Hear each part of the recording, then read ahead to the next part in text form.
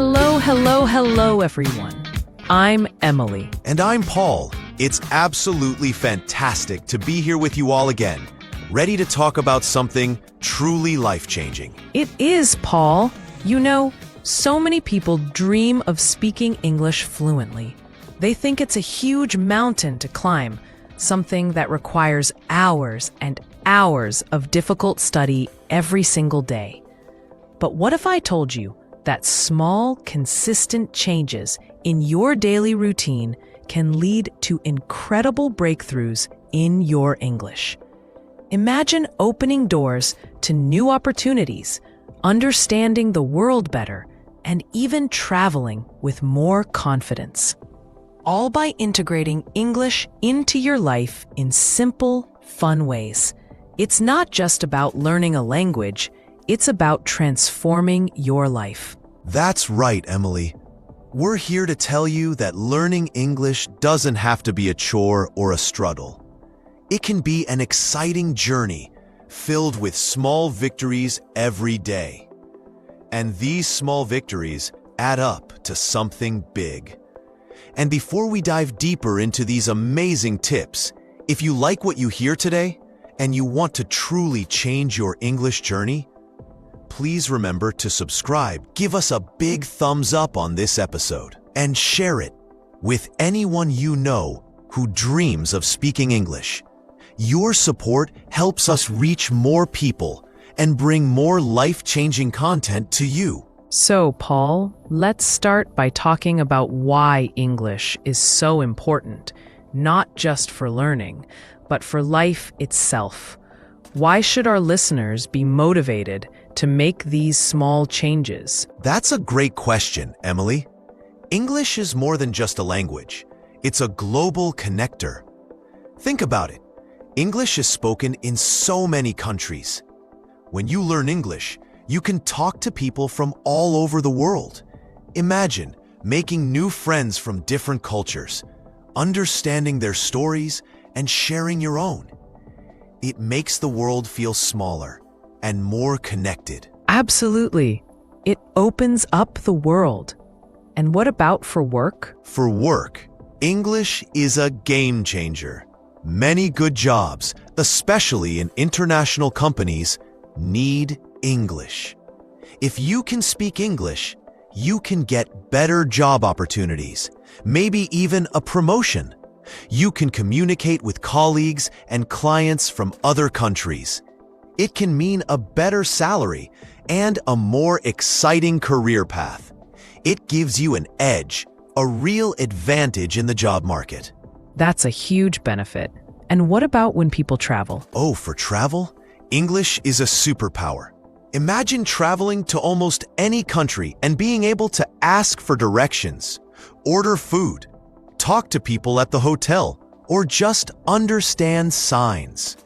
It makes your trips so much easier, safer, and more enjoyable.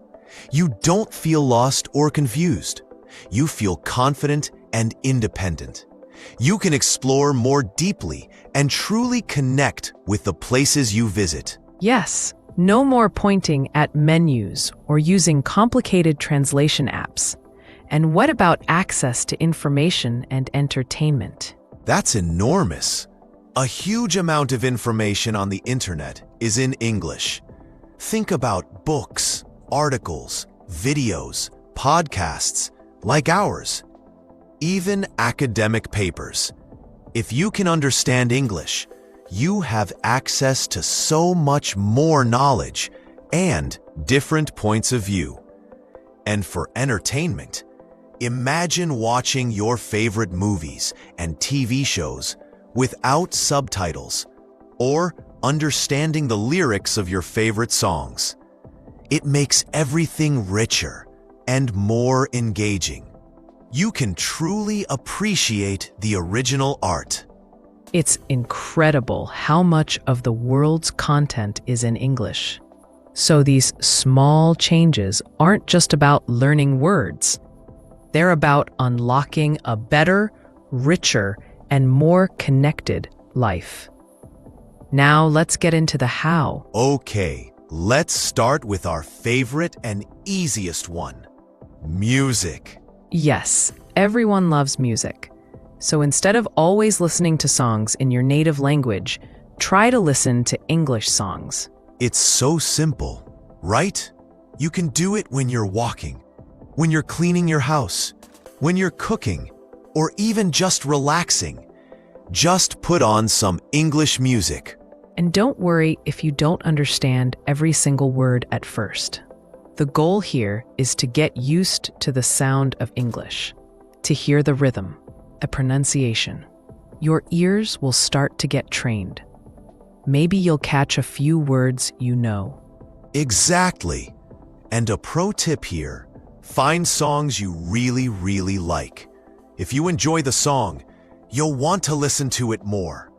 After a few listens, you can try to find the lyrics online. Read them while you listen. You'll be amazed how many words you start to recognize and learn. It's like a fun game.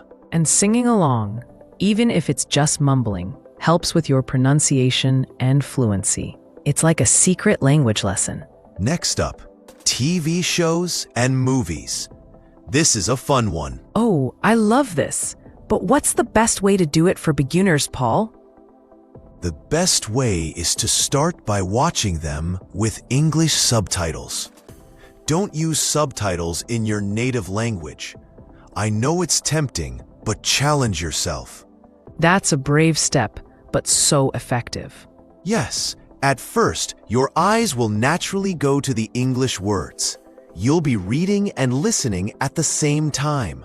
This helps you connect the written word with the spoken word. If it's too fast, try starting with shows you already know well in your native language. This way, you already understand the story and the characters, so you can focus more on the English. Brilliant! You don't have to guess the plot, so your brain can concentrate on the language. And for our absolute beginners, those at A1 level, what do you suggest? For absolute beginners, cartoons or children's shows are fantastic.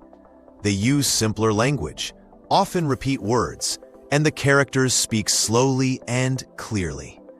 Think about shows like Peppa Pig, Paw Patrol, or even classic Disney animated movies. The stories are easy to follow and the vocabulary is basic. This is a very gentle introduction to spoken English. Yes, they make learning feel like play. And every time you rewatch, you might notice something new. That reminds me, Paul. Let's dive into something even more immersive. Changing the language on your phone and computer. This is a bold move, but oh so powerful. Think about it. How many times a day do you look at your phone? Dozens? Hundreds? If your phone is in English, every time you use it, you are seeing and interacting with English words. It's true. You'll learn words like settings, messages, gallery, camera, calendar, contacts, share, download, and edit. These are everyday words you use all the time. You learn them not by studying a list, but by using them. Exactly. It's incidental learning. You just pick them up naturally because you need to use your phone. And most of the time, you'll understand what the word means because of the icon or the action you're performing. If you really get stuck on a word, you can quickly look it up. But soon, these words will become second nature to you. It builds confidence because you're using English in a practical, real-world way. I love that. It makes English feel like a tool, not just a subject in a book. And extending this idea, what about things around the house? Ah, yes. Our labeling tip. This is so simple and effective for building core vocabulary. Get some small sticky notes. Write the English word for everyday objects and stick them on the actual object. Like putting door on your door, chair on your chair, table on your table, refrigerator or fridge on your fridge, cup on your cup. Precisely. Every time you walk past the door, you see the word door. Every time you sit on the chair, you see chair. And the best part? Say the word aloud when you see it. Oh, there's my bed. I'm turning on the light. This connects the word to the object and the sound of the word, helping your memory and your speaking muscles. It transforms your home into a personal English immersion environment. It's like having flashcards everywhere you look, but even better because they're on the real objects. Paul, this next one often makes people laugh, but it's incredibly powerful for building fluency. Talk to yourself in English. Yes, it might feel a little strange at first, but it's a fantastic way to practice. When you are alone, doing daily tasks, just describe what you are doing in simple English. So, like, I am making coffee. I am brushing my teeth. I need to water the plants. Exactly. Even if it's just one or two simple sentences, this helps you practice forming sentences, connecting words, and thinking in English without the pressure of a conversation with another person. There's no judgment, only practice. It builds your confidence for when you do speak to someone else. It's like a secret rehearsal for your English performance. It really is, and it helps you identify gaps in your vocabulary. If you want to say, I'm cutting the vegetables, and you don't know cutting or vegetables, that's your cue to look them up. And related to that, try to think in English. This is a higher level of talking to yourself, but it's very effective. When you're just thinking about your day, try to formulate those thoughts in simple English. Like, I am hungry. What should I eat? The weather is cloudy today. Yes. Or, I need to buy milk at the supermarket. I hope my friend calls me soon. It pushes your brain to process information in English, not just translate from your native language. This is where real fluency begins to develop. It's like doing mental push-ups for your English brain. So let's talk about reading for pleasure. Many people feel intimidated by reading in English. They think they need to read complex novels, but that's not true. You can start very, very simply. What do you recommend, Paul? I recommend children's books. Seriously, they are designed for young native speakers, so they have simple vocabulary, repetitive phrases, clear plots, and often wonderful illustrations that help you understand the story. Books like The Very Hungry Caterpillar or Green Eggs and Ham are fantastic starting points. That's a brilliant idea. And they're fun. You can find them easily online or in libraries. Another great option is Easy English News websites.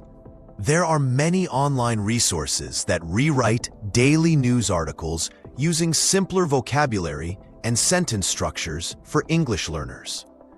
This way, you stay updated on current events and practice your English at the same time. You learn about the world while learning a language. That's incredibly practical. What should our listeners do if they encounter a difficult word while reading? Don't stop for every word. This is crucial.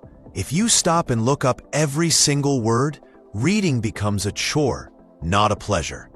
Try to understand the general meaning of the sentence or paragraph. Use the context, the words around the difficult word, to guess what it means. If a word appears many times or seems very important for understanding the main idea, then you can look it up. But the goal is to enjoy the reading experience and build your comprehension, not to translate every single word. Yes, it's about building a habit of reading in English, making it enjoyable so you keep doing it. Consistency is key. Emily, one of the most powerful and motivating small changes can be to find an English learning partner. This might sound like a big step, but it can start very small. Exactly. Maybe it's a friend from your school or workplace who is also learning English. You can make a pact. Let's speak just 5 minutes in English every day. Or, let's send each other 3 messages in English each day on WhatsApp. That's a fantastic idea. Even short, simple interactions can build confidence and reinforce what you're learning. You could ask each other, "How are you?" "I'm good, thanks." "What did you eat for lunch?" "What are you doing this evening?" And the great thing about learning with a partner is that you are both in the same boat. You're both learning, you're both making mistakes, and that's perfectly okay. You can support each other and motivate each other. It takes the pressure off and makes speaking English less scary. You can even practice the talking to yourself sentences with your partner. And this is where the real-world benefits come into play. When you start connecting with others in English, even just a little bit, you see the direct impact of your learning. You're communicating. You're building relationships. It's incredibly motivating. Paul, we've talked about so many fantastic, simple, and effective small changes today. From music and TV, to labeling and talking to yourself, to finding a partner. The list is long, but the steps are small. They really are, Emily. And the most important message for our listeners today is that consistency is your superpower. You don't need to study for hours every day. Even 10 or 15 minutes of these small English activities, done consistently every day, will lead to incredible progress over time. Yes. Imagine if you listen to one English song, watch 10 minutes of a show with English subtitles, and change your phone language for a week. You've already had so much exposure to English. It's like planting a tiny seed every day. Eventually, it grows into a strong, beautiful tree. And remember why you're doing this. It's not just for a grade or a test. It's for your future. It's for new opportunities, for better jobs, for amazing travel experiences, for connecting with people you never thought you could, for accessing a world of knowledge and entertainment. Learning English is an investment in yourself, an investment in a richer, more fulfilling life. That's so true, Paul. It's about opening up a whole new world. And these small changes make that world feel achievable, not intimidating. Every little effort brings you closer to your goals. Be patient with yourself. Celebrate every small victory and never give up. So our dear listeners, we truly hope you feel motivated and empowered after today's episode. We really want to know which one of these small changes you're going to try first.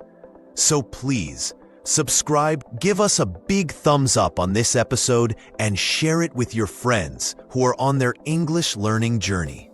Let's build a community of English learners together. And most importantly, leave a comment below and tell us, which small change will you implement this week to improve your English and open new doors in your life?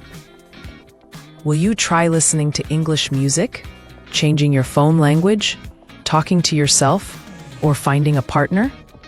We can't wait to read your comments and cheer you on. Thank you so much for being with us today, everyone. Keep practicing, keep making those small changes, and keep dreaming big. We'll see you in the next episode for more English adventures and more ways to transform your life. Bye for now. See ya.